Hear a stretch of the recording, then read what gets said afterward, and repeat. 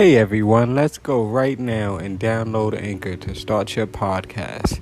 If you want to talk about video games, if you want to talk about knowledge and your books, whatever you want, go right to Anchor and download and start your podcast and start making money off of things that you want to talk about.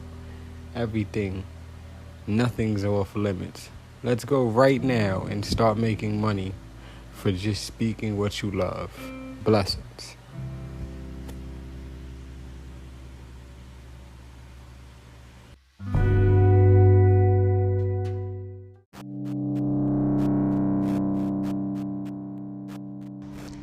Hey everyone, I'm here with Legacy, the young black author of Mole, Mind of Legacy Escapes. And we're here today to talk about a couple of things that just might touch you, but I'm sure it can be handled, correct? So, Legacy, how are you today? I'm doing great. Yes. So, I hear that you're talking about things, mental health, solitary confinement. That's like one of the subjects that you're working with today? Yes, that's the main focus today. We're going to shine some light on. Do you have any personal experience with mental health struggles? Oh, definitely I do. My brother Monicito, I love him to death. He dealing with them struggles right now, but I always tell him stay strong and keep God close, and he's going to make sure he gets out of that situation. Amen.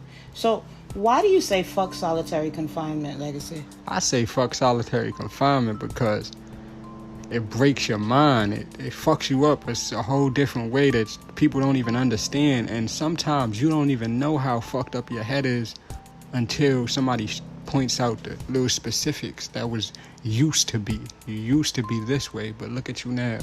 After how many years being in jail, how many times they threw you in solitary confinement and told you 30 days, 40 days, 50 days. And you had to imagine taking walks. You had to imagine speaking to your mother. Had to imagine even going to school. People that never ever even went to school, dropped out of school, thought like, damn, I wish I was in school right now. Because they was in solitary confinement. They just wanted to speak to somebody. But they couldn't because they're in solitary confinement. You appreciate all the things that you really are not even able to do anymore. Yes. Taken away from you. Definitely. And what's some advice you would have for someone that's new to the struggles that come with mental health? With mental health, you have to be so patient. Patience is everything when it comes to dealing with mental health.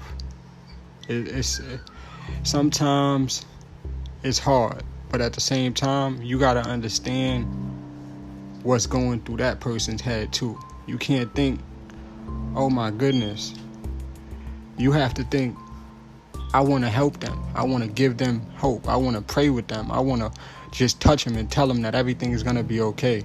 And I just want to keep their mind off of what's really going on in their head, because you never will know everything that's going through that person's head. But just a glimpse of what they let you see, you have to help them get out of that situation. You got to help them build out of that situation to be back to being themselves. And above all, you got to show them that you love them as well. Love is the most important thing. Love will help them 1,000,000%. It helps them more than you even know. Love heals. More than them pills that they giving you, man. More than them pills that they give you to even help your mental illness. Love will help more than that. I believe in that. And God. Yeah, you just can't give up on the person no matter what. Nah. Why did you name this episode I'm Gonna Call You Right Back, Legacy? I named it that because a lot of times when a person calls you and they tell you, I'm gonna call you right back, you think they talking about an hour, you think they talking about 30 minutes. They gonna call you back in 2 minutes and expect you to pick up that phone call. No matter how much things you're juggling with in that day, they're expecting that phone call. And sometimes you miss it. And sometimes you say, damn, I missed the call. And in their head, they think you not wanting to pick up their phone call. But in all reality, you beating yourself up for missing that phone call because you wanted to hear their voice. You wanted to tell them you loved them. You wanted to tell them to keep their head up and tell them to just keep on fighting, you know? But At that time, you probably was at work. At that time, you probably was in the shower. You probably just got home at 3, 4 o'clock in the morning and you tired. But they called you and you missed it. And now you beating yourself up for it. Yeah, they need you. I mean, when they call you, they truly need you. So it's best to answer that call. You never know what they're going through. You never know what they need to talk about. It's always best to pick up no matter what. So, like, what's some ugly experiences you battled with that was caused by mental health complications? The most scariest situation was my brother not being able to come home with us when we go to one of them 30-minute visits. 30 minutes go by so fast when you're trying to spend time with that person, 30 minutes is too fast. You want to sit there, you want to talk to them about everything that's happened in the week, everything that you went through at school, everything that's happening at home. But you only got 30 minutes. And after them 30 minutes, them hospitals is telling you got to come back tomorrow, or probably telling you got to come back on Monday. It's Friday. What you mean I got to wait 2 more days to see my brother, or 2 more days to see my sister? That hurts. That hurts that you can't take your brother home with you because they saying he can't come home. Oh, he needs more help. Well, I feel like he don't need that much help. He needs our love. He needs us to keep him level-headed. That's what he needs. He doesn't need y'all to tell him when he can and can't go home, Will your next book, The Journal of a Broken Kid, shine a light on solitary confinement and mental health? 100%. I promised my brother Moneycito that I'm going to do a whole chapter for bro. I told him I'm going to shine a light on his situation. I'm going to give him strength through this book. And I'm dropping 2 books on the same exact day. I'm going to shine a light on the female point of view of mental health and the struggles that come with it. And I'm going to shine a light on the male's point of view, because people forget that females go to jail too on a day-to-day basis. Females go through situations too where they have to deal with the struggles that they're going through. There's females waiting for that call, and there's females that are actually making that call. It goes both ways, men and women alike. Mental health issues, solitary confinement, that's true. I'm happy that you're pulling out both versions for people, because that's truly important. Yeah, I never want to be biased. I want to shine a light on both situations. In your first episode, you said you're a happy person. So how are you able to write a book with such dark situations, so detailed? Because at the end of the day, it's all about keeping your scars hidden. You could be going through a million different things, but that does not mean that you're supposed to show your scars. You're supposed to smile. Even if it's a fake smile, you're supposed to smile. You're not supposed to show your weaknesses. You're not supposed to show what's going on at home. You're not supposed to show what's going on in your head, You're supposed to show that you're a strong person, that you're keeping your head up high. You're not supposed to show that.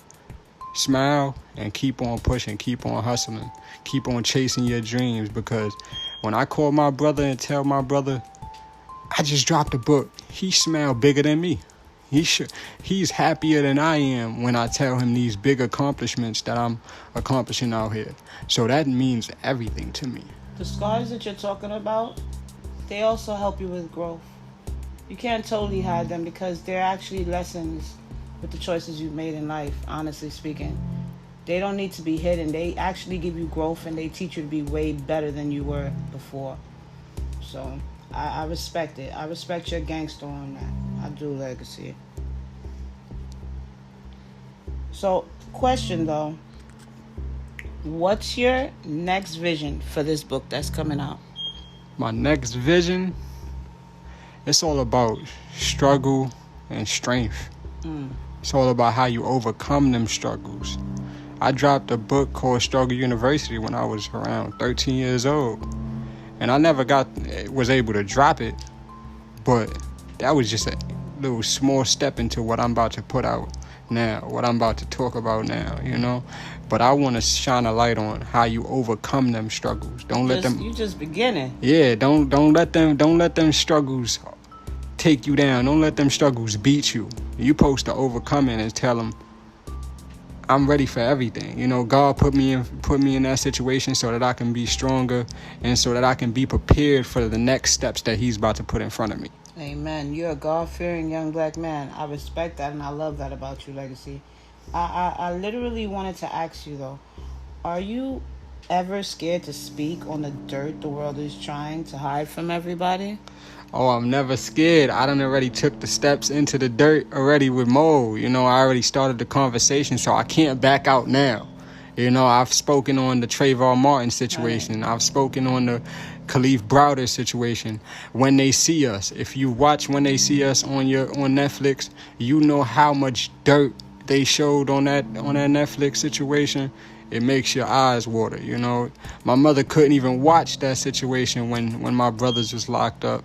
Fly is still fighting for his life right now. LC still fighting for his life. But when my mother was seeing that movie, she said, "Nah, I can't even watch this, baby. I can't even do it. It's too much." Your brother, you speak to him. You speak to him as much as you can. The one that has the mental illness.